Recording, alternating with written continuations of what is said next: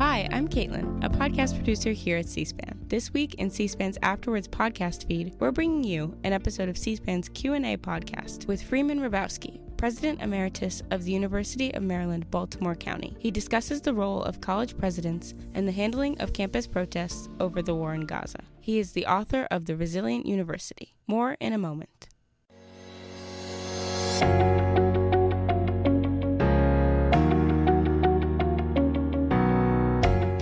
Hi, I'm Peter Slen, host of C-SPAN's Q&A program. Q&A is where we spend an hour every week talking with authors, historians, and others who add context to today's news. This week, we'll introduce you to Freeman Hrabowski. He served as president of the University of Maryland, Baltimore County for 30 years, an unusually long tenure for a college president. Calling himself a proud nerd, President Hrabowski strengthened the STEM programs at UMBC while overseeing 14,000 students, 4,000 employees, and a $500 million budget. In this episode, we'll talk with him about his book, The Resilient University, his views on the unrest on today's campuses, and the value of a college education in today's information-saturated world. Our conversation begins in just a moment. Hi, it's Kayla from C-SPAN. Imagine 45 years ago when there was just a handful of television networks. C-SPAN first went on the air bringing an unfiltered view of government directly to America's living rooms. No spin, no commentary, just pure democracy in action. And it's Greta from C-SPAN. It was a bold experiment. We finally had a front row seat to Congress, the White House, and the campaign trail, all without government funding. As we celebrate 45 years and a legacy of unfiltered access, we ask for your support of a donation in honor of our 4 decades of service. Your gift, no matter how big or small, will help maintain this vital resource for access to the democratic process. You can help ensure another 45 years of witnessing history unfold and empowering citizens to be informed and engaged in the political process. Visit cspan.org/donate today and join our 45th anniversary campaign. Thank you for supporting C-SPAN, your unfiltered view of government. Visit cspan.org/donate today to make your gift of support.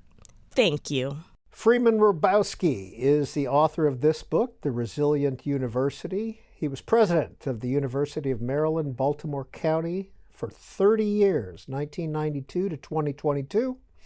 President Hrabowski, in a minute, we're going to talk about the book. We're going to talk about the role of a college president. But first, I want to get your take on what's going on in the country on college campuses. Sure. You know, it's a great question because it's on everybody's mind right now in the Middle East. And I say to colleagues all the time, the more we know about situations, the more we realize we need to reflect and think carefully about options and strategies. The less we know, the more quickly we want to jump and do something. And so we're going through a period now that's similar to other periods we've had. We went through the Vietnam War, for example. People had different points of view, a lot of student protests. We've gone through student protests before on many issues. There are 2 or 3 things that are really important. Number one, we need to educate our students and ourselves more about the issues of the Middle East. Vartan Gregorian, who was President Brown and then of the Carnegie, said one time that if there were one course he wishes every student could take, it would be comparative religion, because we would understand more about ways in which we are similar and ways in which we are different. And so my message to colleagues as I'm talking to them is there's no right side and the wrong side. There are these issues that are somewhere in the middle that we so quickly can judge people by something they say without knowing the full story. That for me, the number one goal is human life, saving lives. On either side, what do we do to help to save more lives and to prevent more lives from being taken, quite frankly?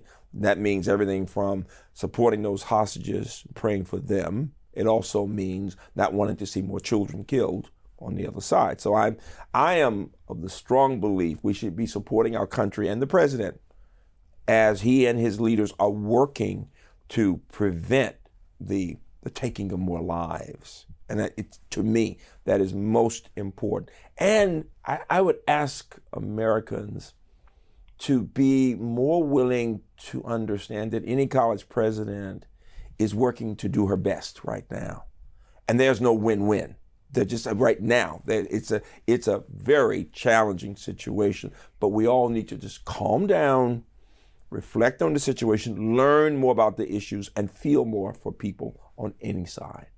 Did you ever face anything like this at UMBC? Oh yeah. We have students from 100 countries, and people have different points of view involving the Middle East and other places. And the most important thing to do was to bring people together and have the difficult conversations and to see if we could build trust among people, some trust that people want to do the right thing. There's no way to do that if people aren't talking to each other, and if we can't have a level of calmness. We had a saying at the time, we have to learn how to agree to disagree with some civility, to be able just to listen to the other point of view. We are so quick to suggest or to believe it's just my side or no side, and it's rarely like that. My grandmother, who had a 6th grade education, would say there's his side and her side and the real side. And the point is that usually the solutions are going to be somewhere in the gray area as we think about finding the common ground. We use that term a lot, but it's so true that when talking about the differences in our own country and differences in international issues, that we're going to need to find a way to listen carefully to the other side and to find out where the points where we can agree. I want to read from a Wall Street Journal op-ed, a recent one from April.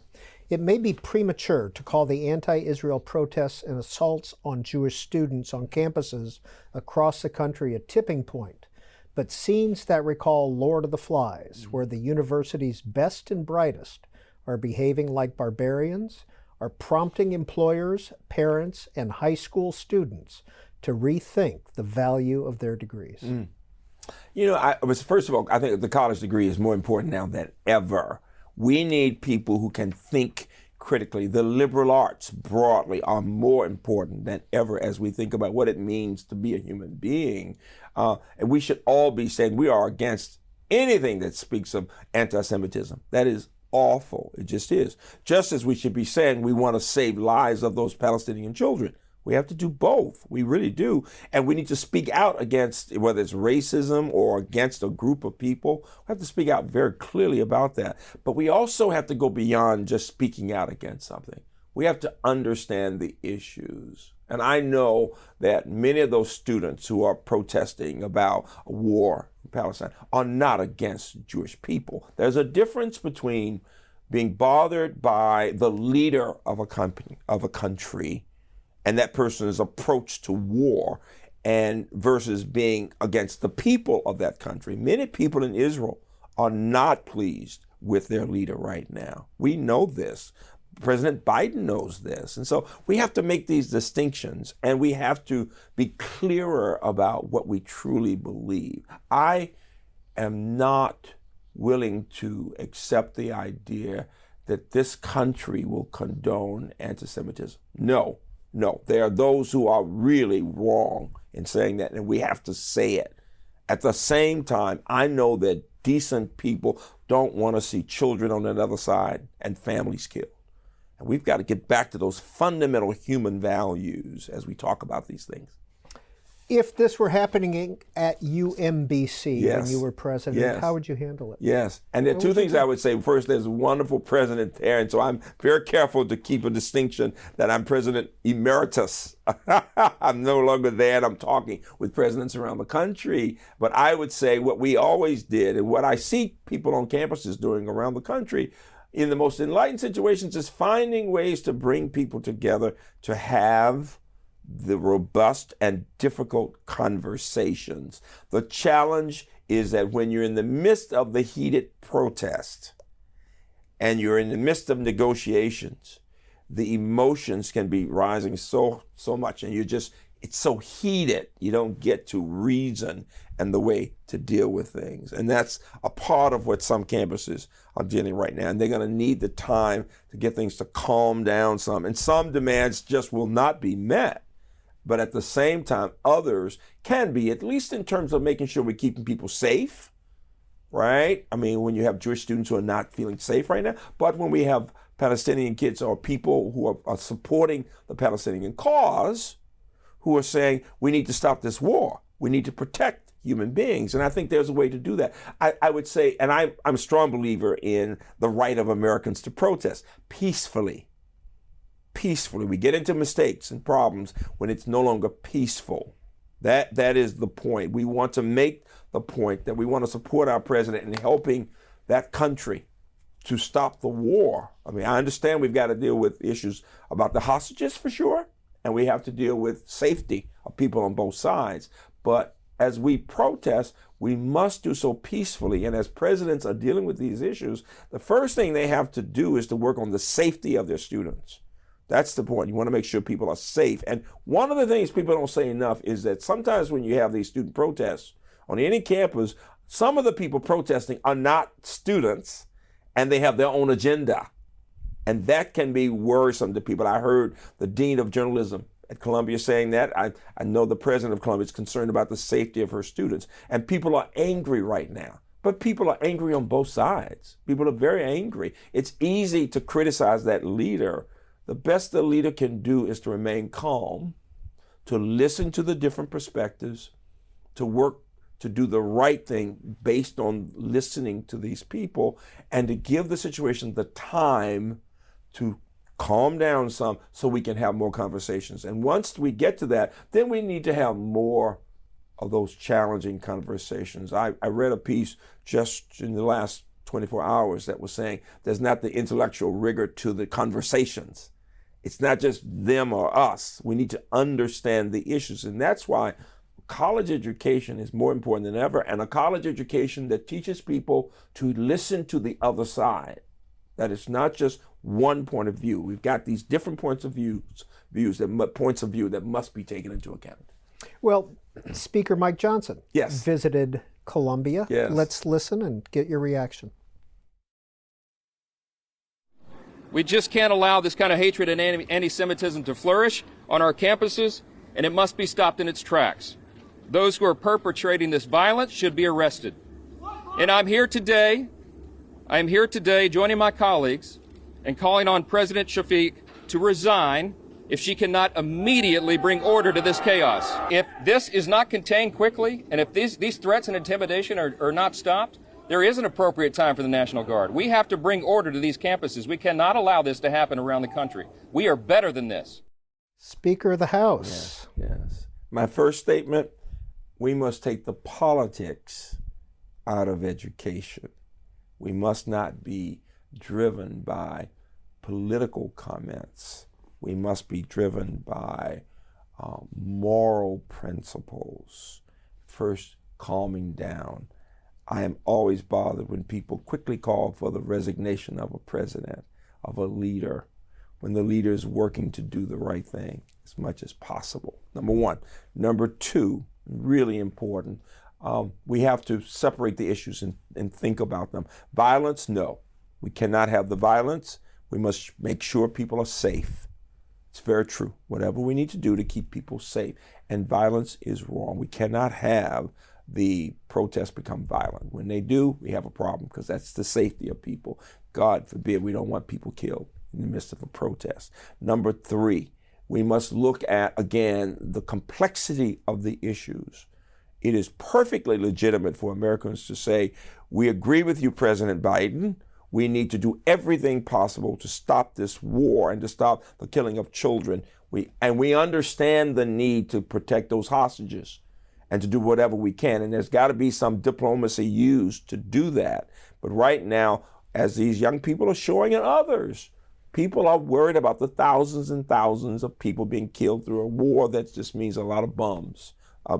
And the fact is that I am a strong believer that we have to support a country's leader like America right now, as President Biden and his people are working to work with Israel. I'm also a strong believer that we need to look at how the Israeli people are talking about their leader and how they're worried about that. And the hostages on the one hand, but the approach they're using. So there are these distinctions that must be made. Because you're concerned about the Palestinian children does not in any way suggest that you are against Jewish people or against the Israeli people, while you might be against this leader and the approach that person is taking. But when we're in the middle of big arguments and heated protests, things just get jumbled and you're on one side or another, and that is not the point. That's why higher education is so important. So we can take the time to understand the issues with some depth. That's what we need, not the quick answers, not the quick speeches that say do this, do that, but rather let's figure this thing out together. Well, let's turn our attention to your book, The Resilient University, and I want to start with a quote from it. Yes. Elected officials and political candidates have made into political issues college costs, tuition-free college, student debt, the content of education, American history, critical race theory, workplace skills, and free speech on campus, controversial speakers.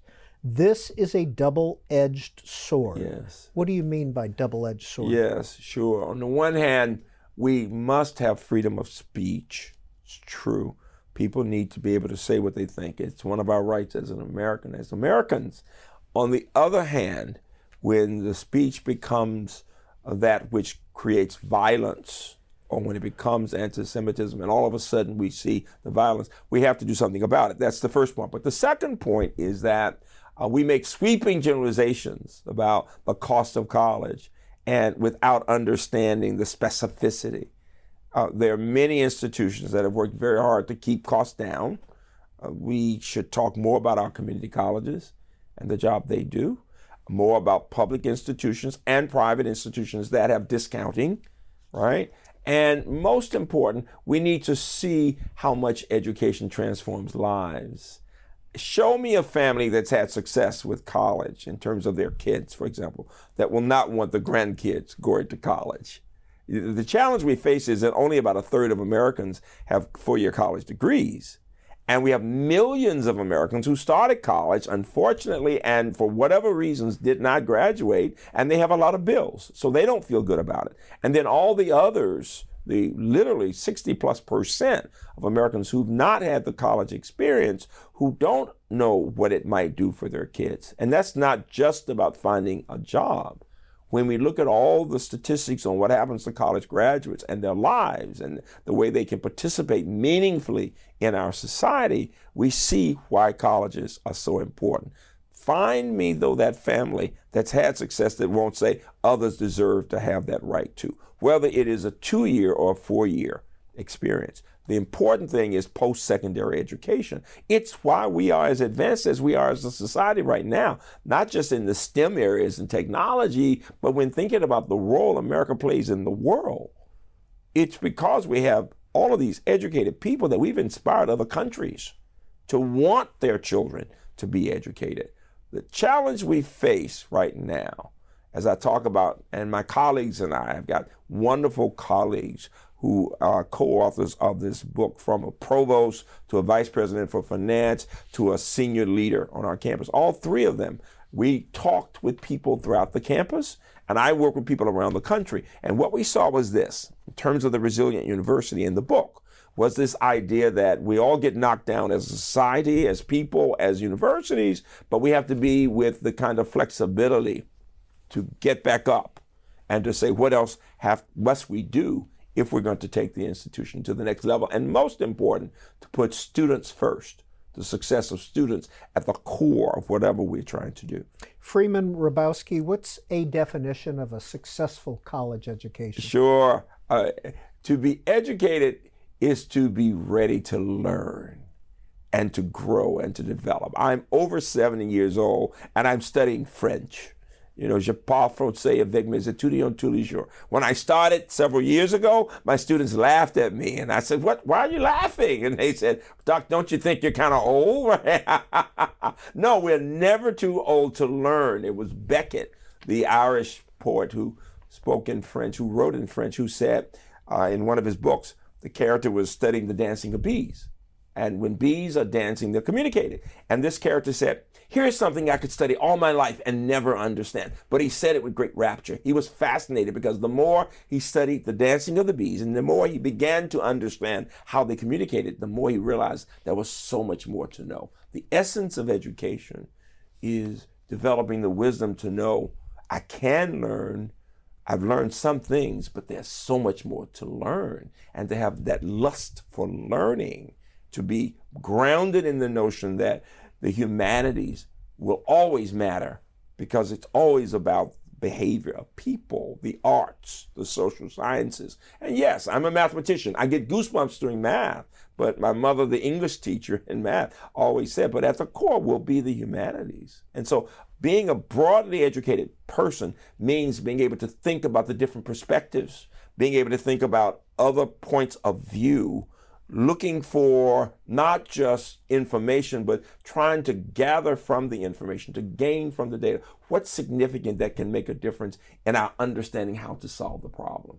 And to know quick answers are not the way. No, that we have to take the time to think carefully and critically about these issues, about our country, about international matters. I would say to Americans, and the book is a perfect example about getting back up, that we're divided right now, but this is where history comes in. We've been divided before, but we can't lose 40% of Americans on any side. We have to pull together to figure out, okay, what have we learned as a country that has allowed us to deal with all the challenges we face, and yet somehow we finally come to the point of the common ground. That's the beauty of America, that we do finally. Right now, we're in the midst of the division. But when I was in college, we were in the midst of the division. We really were. When I graduated, it was, will we ever be better than this? And yet, we think about legislation that came about. We think about the Civil Rights Act, the Higher Education Act, and we became better. And we will do it again. That's the point, that resilience, the resilient, that we can be better than we are today. So you graduated from undergrad in 1972? In 1970. 1970. I was 19. You graduated early. Yep. Where'd you go to school, and were you involved in some of the protests of the 60s? I went to my beloved Hampton as undergrad, and my girlfriend and I studied. Now my wife of more than 50 years, Jackie, and I studied in Egypt as exchange students, and we learned a lot about Islam and Arab society, and we learned a great deal of respect. All right. And then in subsequent years, then we went on to grad school at the University of Illinois, Urbana-Champaign, and had an amazing experience, and have spent quite a bit of time in Israel. And so we've been talking about the Middle East situation for more than 50 years. And again, the more we learn and the more we understand from both points of view, the more we realize there's a lot more to understand. And we see how Americans don't fully appreciate the role of religion in those societies and the history of both sides and the ways in which we need to be supportive of bringing people together. University of North Carolina has started a democracy initiative. Yes. Is that important? Yes. Oh, it's very important. And by the way, and as a mathematician, I always go back to the last problem and question, and I didn't fully answer your question because I was involved in protests. I grew up in protests. I was a child leader in the civil rights movement. I went to jail and with kids under Dr. King. And so I understand the importance of activism, but a peaceful protest, all right? And then I was involved in protests at Hampton and was very close to the president of Hampton, who went on to be the ambassador to Sweden, Jerome Holland. But the fact is that, I do understand how sometimes we have to speak out and speak truth to power. We do, to get people to think about what's important to the people. But the idea of a Center for Democracy, we have that kind of center at UMBC on democracy and have had it for some years. And what's important about it is to get people to think about what Thoreau called the whole vote. The whole vote. That yes, we want to think about the policies that different candidates are promoting, but it's not just about going to the ballot and voting. It's about much more than that. It's about educating people about the issues all year long, you see, so that by the time it is time to vote, people know two things. One, my vote matters. And number two, and even more important, I understand the implications of voting for different people. the implications or the impact of my decision on what happens to human beings. Very important. You were president of UMBC Yes. before social media Yes. and as it grew up. Yes. How has it changed teaching, college life? Now we expect answers from leaders like that. In the early 90s, in 92, I had the first a cell phone that I could put in my pocket on the campus. If you can imagine, in 92. And people would see this big, they say, is that the phone? Is that the phone, right? People younger have no idea that, people didn't go around with phones. We thought of a phone as something with a cord to it, right? So when you think about that in terms of technology and on a campus where half of our students are more in science and tech. And I would say this, it's very interesting that our mindset right now as leaders is we've got to get back to people. People are waiting for a response. Before, you'd get a letter that had been typed, and within several days, you'd send something back. Now, no, people expect answers not just within 24 hours, but they expect presidents to respond when issues in the country come up as never before. And one of the points I often make is, yeah, you can get a quick response out, but does that response reflect the careful thinking and listening involved in hearing different perspectives? One of our challenges in our society right now is to understand we have to be more deliberate in thinking through the response we give, and that response often doesn't reflect the depth it should, because people expect a quick response that's said in a few words. And that is a part of, we're going through this extreme period right now where people expect like this. I think as time goes on, we're going to bounce back from this and say, let's be a bit more careful. I was speaking to students for a commencement, preparing for a commencement at a college, and I said, what would you like me to talk about? And one of the students said this, you read social media, Doc, and you can't help but be depressed. We're going to hell as a society. So what can you tell us? And I said, well, I hope I'm going to tell you something more than you're going to be going to hell that is that bad. I have to be able to tell you, let's know the history of human beings, the history of our country. We've been through periods before and we get back up. Well, the social media can present usually the breaking news, and usually the breaking news is the most negative stuff of all. And it is a time when we have challenges. I'm not trying to sugarcoat things, but I'm saying if we only focus on the negative side, then we just keep going down a dark hole. We must look for the hope. We must look at people and believe, even if we disagree, we have some things in common. We believe in our country. Most people believe we want people to be safe. We don't want children killed. We want people to learn to read. So we have to go to those points of optimism, of hope, and say, what can we do to make it better? That tomorrow can be better than today, as Dr. King told me as a kid, as all of us, but we have to make it so. And it's not just about the one person. And one of the points in one of my books, and we say this here, it's not just about the leader, it's about all of us in a collective way saying we are a part of the solution or we're part of the problem. One of your previous books, The Empowered University, how is that different from the Resilient Sure. The Resilient University builds on the Empowered University. Empowered to do what? Empowered as a university, as a society, as individuals, to look in the mirror and to be honest. What do we do well?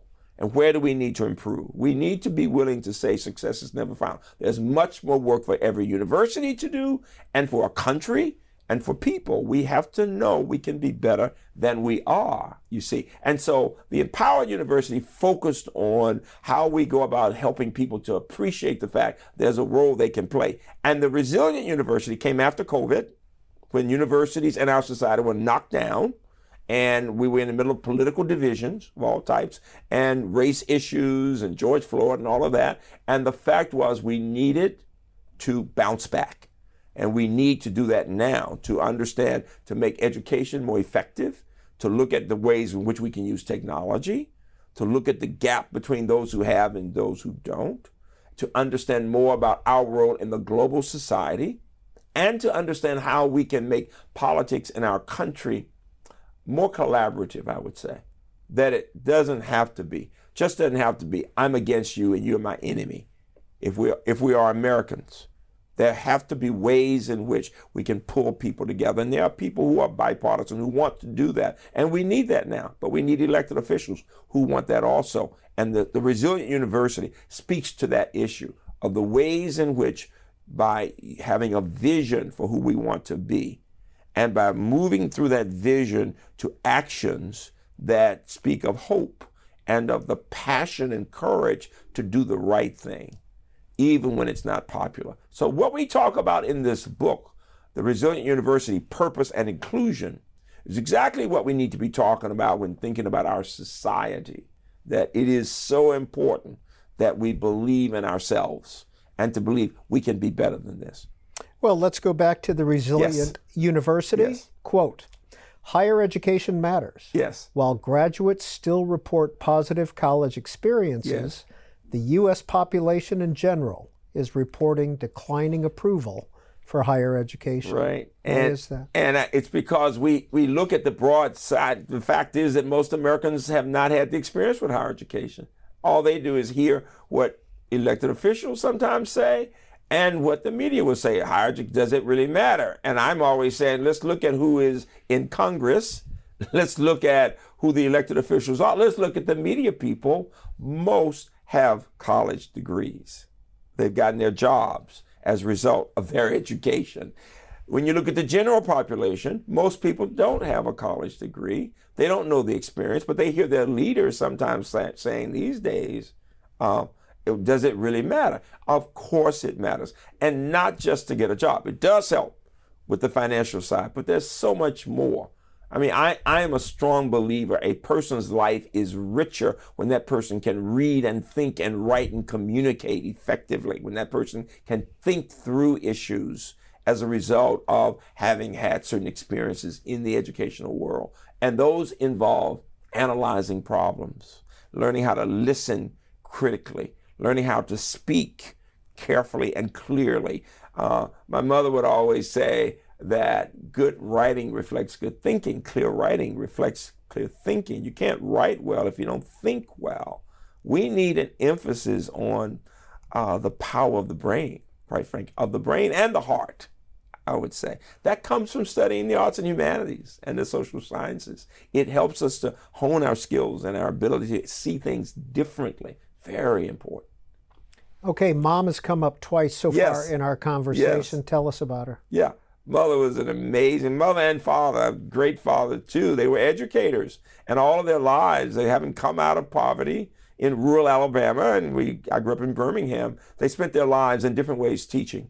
Even when my father left teaching, he worked in a steel mill, but he still worked with the men of color, black men, in preparing them for the GED, getting them ready, and sending them to my mother, who worked at night on math and English for the GED. Where education makes the difference. Just so true. And that's the message of higher education. Education makes the difference somehow. And higher education really makes a difference. And I'm not arguing that every person needs a liberal arts degree. I am saying post-secondary education.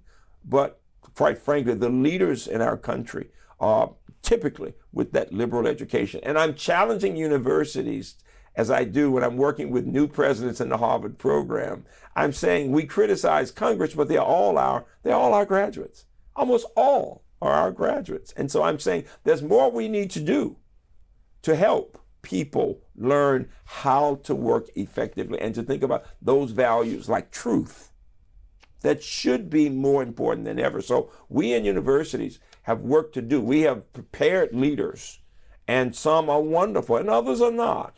But the question of how do we emphasize truth and integrity in our country? Those are words that we use all the time, but we have to be able to chew on those words with some kind of meat that says this is really important to our society. Because in the final analysis, when we talk about the resilience and coming back up, the question is, who are we as a society, as universities, as a society? We should be someplace, an institution of university, a country that people can believe in, that they know when they say something, when their leaders speak, they speak the truth, that you can take it to the bank, what they say. We've got that challenge right now. I am biased in that I do think President Biden is a man of integrity.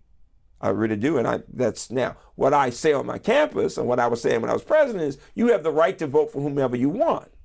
Let's just talk about it. So I'm not trying to say we just push one side. I'm saying we should be environments in which people can give their different points of view. And you can, as a student, disagree with me even as a president in what you say. Well, one of your fellow college presidents, Derek Bach, you probably know him. Yes. Former Harvard president, there for years. Yes. New book out, Attacking the Elites. Yes. And he has a chapter called Are Faculties Too Liberal? Yeah. And he makes 3 arguments that, yes, they are. Yes. The quality of conversation gets limited. Yes. There's an impact and effect on students. Right. And there's potential political intervention by politicians. Sure. I have great respect for Derek Bach, and he does speak truth. And at the same time, I would add this, and this is what I said on my campus. We want students to hear all sides. We want people to be able to express things as they see them. People should not be intimidated and not able to say what they truly believe, because the unexamined life, as we say from philosophy, not worth living. The idea is clearly that you can't examine what you think or what you've been told if you can't put it on the table and look at it from different angles. And we do need more of that. We do need more of that on every side. And that while I may love one TV station or one approach, I need to hear the other one too, to understand what are they saying and why are they saying it.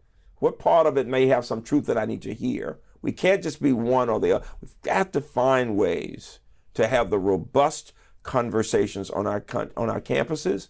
And while some do it, many do not. He's right. And as I've said to young faculty sometimes, wonderful people who are passionate as they should be, but if you're so passionate that your students who think differently can't say what they really believe, you're not changing them at all. If we're going to have people looking at what is truth, we have to be able to examine whatever people think. It is true. We have to do that, and we do have to be willing to accept the fact that people will have different perspectives, very much so. I grew up in a place in Birmingham, in middle-class Birmingham, and where we had everybody from Angela Davis to Condi Rice to me. And we all have mothers who were teachers. Angela's mother taught me, and my mother taught her, you see. And Condi's father was my high school counselor and my mentor. And we can have different points of view on different things, you see. Just did an interview with Condi, and I have the greatest respect for her, as I do for Angela Davis. And we agree on many things, and some things we may not, because that's what Americans should be able to do. That we can sometimes agree and sometimes not, and not become enemies as a result. And so going back to what Derek Bach is saying, the idea is, how do we allow people to be different in their thinking and to understand that the fundamental right of an American is to vote for whomever you think is best qualified. Let's just have the robust conversation. Let's talk about what are the values. What is it that's important? And based on that, people will make their decisions. Freeman Hrabowski is University of Maryland, Baltimore County, part of the University of Maryland system. Yes. What was the impact a couple of years ago of March Madness on your school? That's always a great question. UMBC is a nerdy place. We're very proud of that. We really are. We've been chess champions. We won mock trial against Yale several years ago. Large numbers go to grad school. And yet when we won the game, I want you to know I had many of my students who said, were very excited. And I got all kinds of, we were talked about in the papers in France. UMBC, as they say in French. And yet I had so many students who would also say, what's the significance, Doc? Why are people so excited? I said, well, it's because the one at the bottom, UMBC, athletically, number 16, beat the one at the top, right? That wonderful place, UVA. And everybody had been laughing at us. And it was such a big deal because we were the underdog and we succeeded. People respect the underdog. They root for the underdog. And when we won, by 20 points, just saying. It really did, and this is funny for me, because everybody knows I'm the mega nerd. When I go to games, people have to explain to me. I know math, all right? So people explain it to me, but I loved my students, and they were solid academic students. That's the part I want you to say here, scholar athletes. And most important, though, out of our respect for the other campus. And we love saying, and I love the president of UVA of saying, and we inspired them to be number one the next year in the whole country, right? But that's the 2018 story. It is. Well, a little bit about UMBC, 14,000 or so students, about 4,000 employees, over $500 million annual budget. Yes. Tuition, room, and board ranges from $20,000 to $40,000 a year. Yes. Can you break down that expense? Sure. The $40,000 a year would be for students coming from out of state, and they get all types of financial aid. And most important, so those are the list prices. Those are the list prices. How many people pay the list price? Yeah, and it would be a very small percentage paying the full amount because, first of all, we don't have large numbers from out of state. 10, 15% are from out of state. We are very international. 60% of the students there have undergrads, have a parent from another country. This Baltimore, Washington corridor, I mean, many of our families are military families. They're from diplomacy. They're from the intelligence community. And so it feels like the Plaza of Nations at the UN. And I'm very proud to say that as I go around, as I give credit to the new president and all the people who are there now. It took me a while to get in the habit of saying they, because it's always been we for so many years, but they are doing, a fine job. And what's important about that is that there is an emphasis on internships, research experiences, not just in the sciences and engineering, but also in the humanities and social sciences, and people get involved in Annapolis and in Washington and working for arts institutions and connecting disciplines. And it's similarly for the University System of Maryland. The fact is that I know that entire system of campuses, people are involved in keeping costs reasonable and of getting them involved in internships so people can have jobs. If there were one message I would give to families is the worst thing a student can do, from my perspective, is to just study, which is what we want them to do, but not think about the world and getting involved in service, for example, community service, and getting involved in jobs. Because it's the involvement in helping students or children or helping senior citizens or working at any of the agencies, for example, that will lead to great experiences and jobs or grad school after college. It's very important. And if you've not had any work experience and you graduate, you really do think you're going to be CEO very quickly. And you think you can have the same habits you had in college, and you cannot. So people, we need to knock down the walls, the boundaries. And I know the campuses of the University System of Maryland work on that. Knock down the boundaries, just as at UMBC. Knock down the boundaries, get people into workplaces, nonprofit, for-profit, corporate, and also bring people to campus so we know how to interact with all kinds of people. Break down that cost. $20,000. Yes. Where does that money go? Tuition and fees, room and board. And that's, when you're talking about tuition, fees, and room and board, it's going to be mid-20s for both. But that's somebody that we say we feed them. We feed them and we give them that. And that has everything to do with the expensive nature of the education. Our students have substantive research experiences on that campus. 40% of the students in a number of majors go immediately to grad school with fellowships, in many cases, okay, around the country. We are the leading producer of African Americans who go on to get PhDs in science and engineering and MD PhDs. And we are perhaps 20% Black.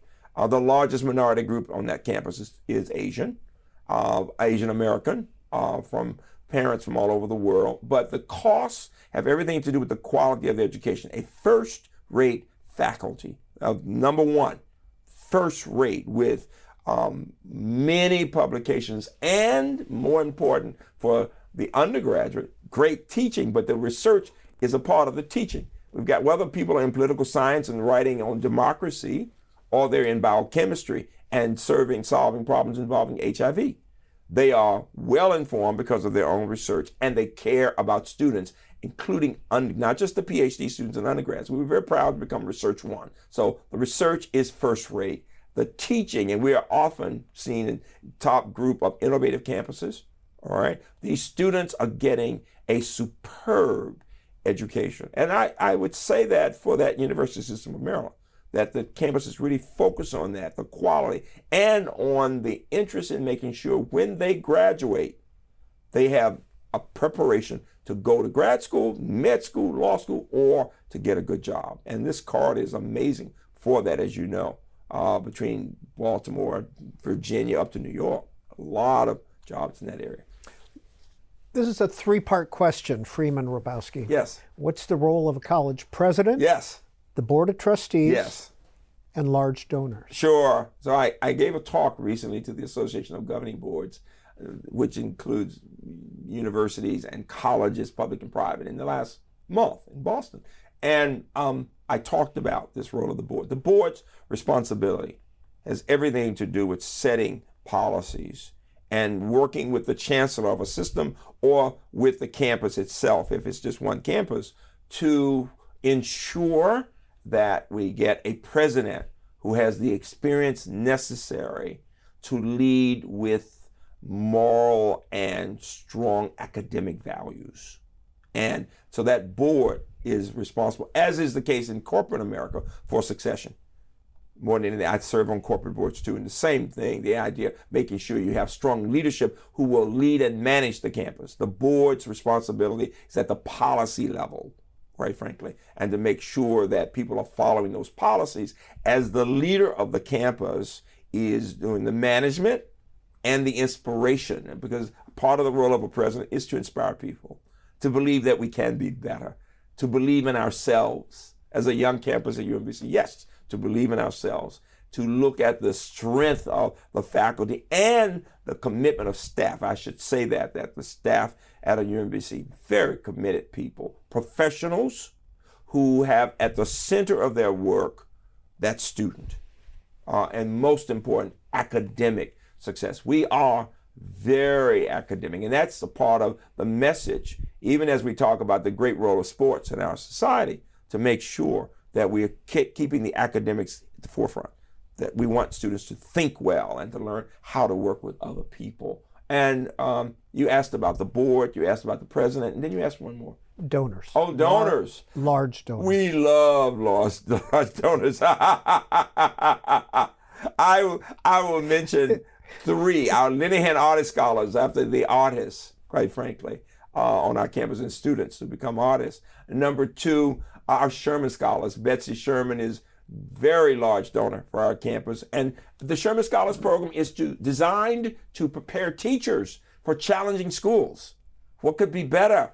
And they started with math and science, and now she and George and the late George, and now Betsy runs it, and with a foundation run by George Michael, who's a graduate of our school. The fact is that we are preparing teachers to work with kids who need so much support in inner cities, in challenging environments, from early childhood, particularly through middle school. We need to spend more time, and the Shermans really wanted to focus on that early childhood experience, because if you get that child early, you can build that foundation, not just in the reading and the math, but in getting a sense of self and helping teachers to appreciate the role they can play in all of that work, all right? But middle school, very important. One of the big challenges in America is that many middle school kids don't get the foundation they need, not just in the reading, but in the mathematics. It is a challenge in our society right now that's been exacerbated by COVID for children in that bottom 40% economically of our society of all backgrounds. And then I would say the one other donor I would mention is now 100 years old. And if I were doing anything, I'd be dedicating this interview both to Betsy Sherman because of what she's doing there, and then to Bob Meyerhoff.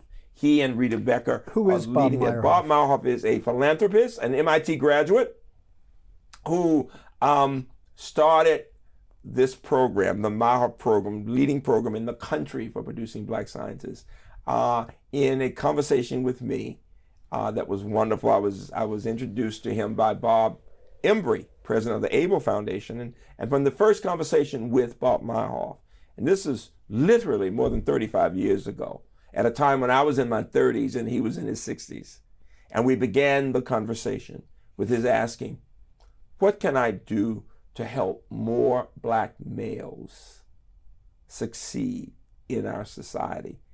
He said, I'm already working, at the time his wife Jane, and I'm already working on some issues involving women, and they were funding things at Goucher College, his wife's alma mater. He said, but everything I read on Black males is negative if it's not about sports.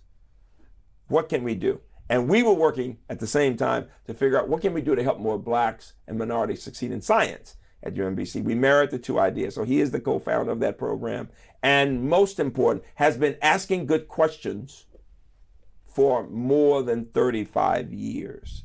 It's a great story, it really is. And so I place those up to you as wonderful donors of a young campus, the Sherman Scholars, the Linehan Scholars, the Meyerhoff Scholars. I mean, when you hear that name Meyerhoff, you think about great science. And one of those Meyerhoff Scholars, quite frankly, became the first black woman to create a vaccine. She worked with Bonnie Graham. They co-led the team at NIH to produce the Moderna vaccine. And what is her name? Her name is Dr. Kizzmekia Corbett. Let's watch a little bit of video. Oh.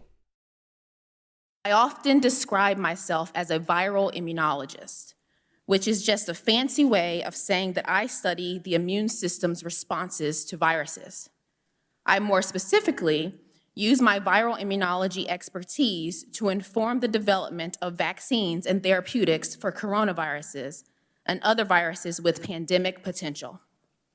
Most notable of my 17 years of experience is that, in the wake of the COVID-19 pandemic, my team and I at the National Institutes of Health co-developed both a leading COVID-19 vaccine and therapeutic antibodies.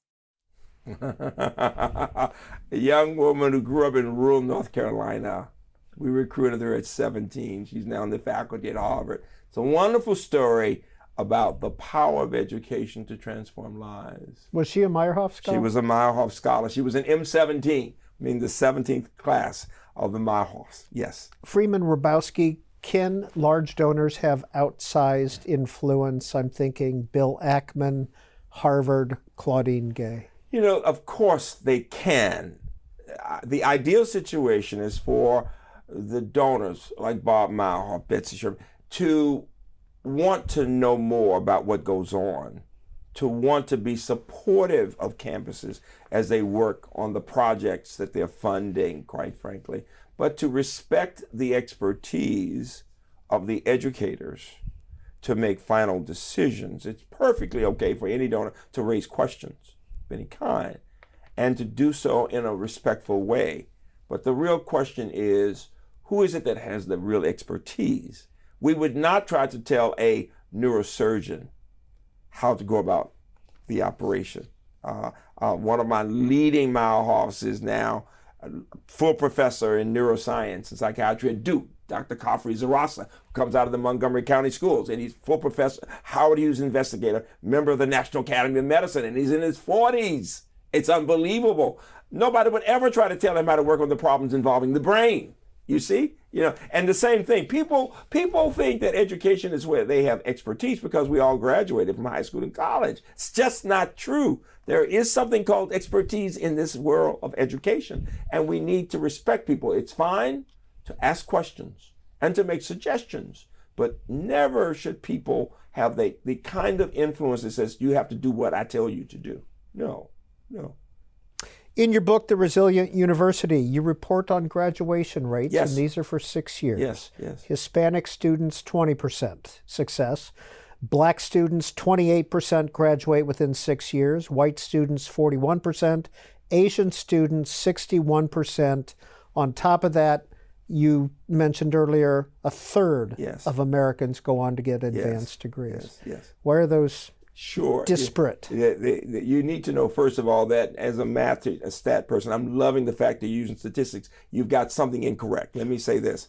The National Academy of Sciences study that I chaired showed that only 20% of blacks and Hispanics who start in a major in science and engineering will graduate with a major in science and engineering, in natural sciences and engineering. Similarly, only a third of whites will graduate, and only 41% of Asians graduate with a major in natural sciences and engineering. They may graduate. Now, the graduation rates on our campus at UMBC, you'd see there's no difference between blacks and whites and Asians. It's all a 6-year graduation rate, 70-some%. over 70%. But the issue you're talking about is that many students do leave, of all races, do leave STEM within the first year or two. In fact, we still call. Oh, so these are STEM. STEM, natural science and engineering, and for the country. Yes. It came, we have it in the book, but it's for the country from the work I did as chair of the National Academy of Sciences Committee on Underrepresentation in STEM. It is a major issue, not just for minorities, though.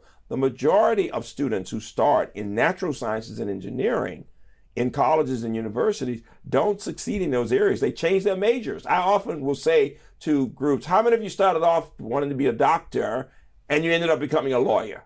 All right? It happens so often. And what happens is students don't do well in the chemistry, for example. Why is this? If you're in the social sciences and you can read fairly well and you work hard, you can get a B.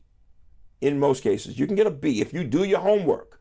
That's the problems, the questions are questions you've seen before, and you may not be the best thinker, but you're a solid thinker and you can get a B. But in a math class, for example, I give you a test with 5 problems. 3 of the problems you've seen before, you've worked hard and you get them. 2 of the problems I've changed around.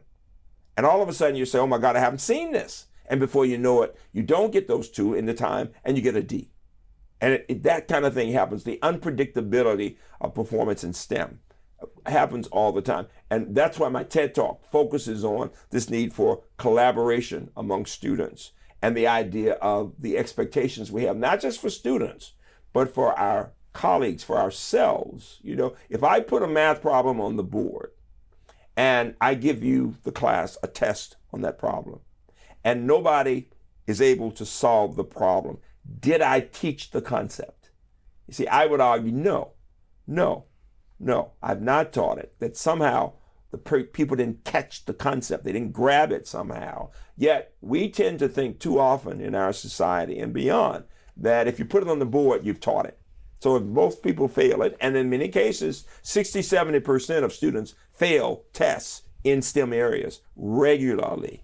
And yet there's not this sense of guilt or responsibility saying, I've got to do more to get the students either to work harder or to work in a group. And the big issue I would say is that and this is the work that I've done with the National Academy of Sciences and the National Academy of Engineering, focuses on how we get more students, Americans, to succeed in those disciplines.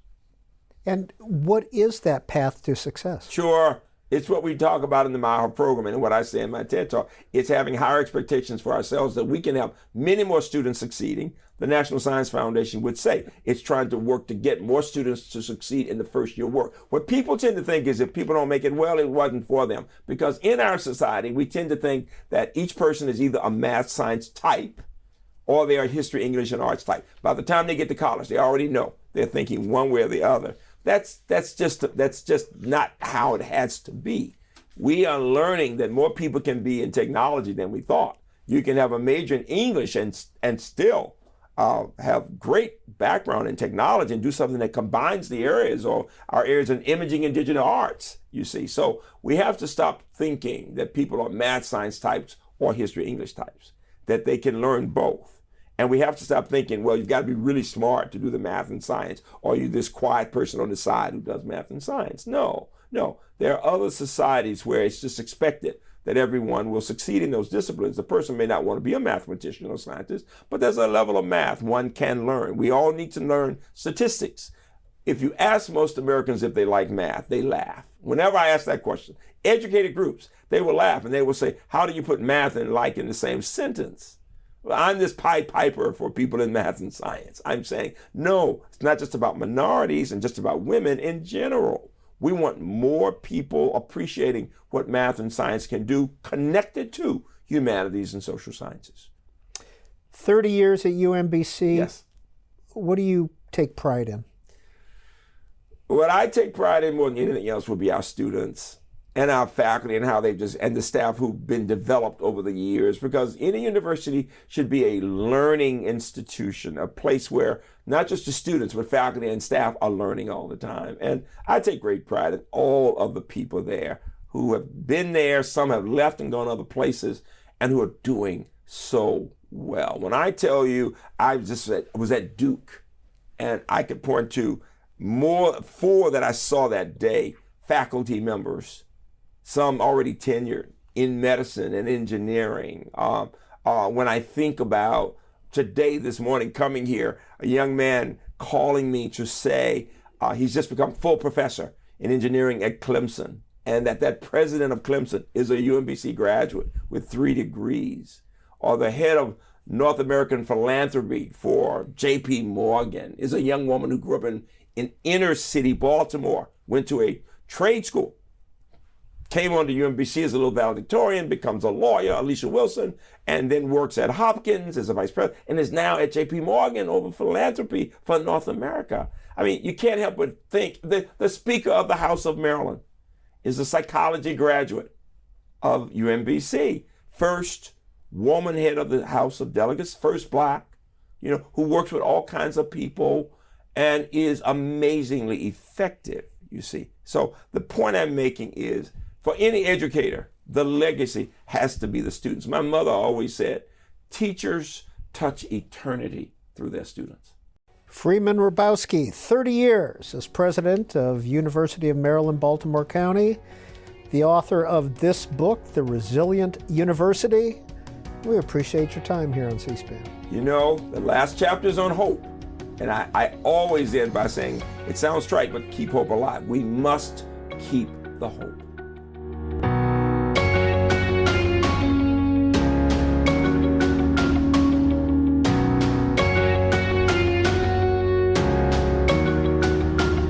All Q&A programs are available on our website or as a podcast on our C-SPAN Now app.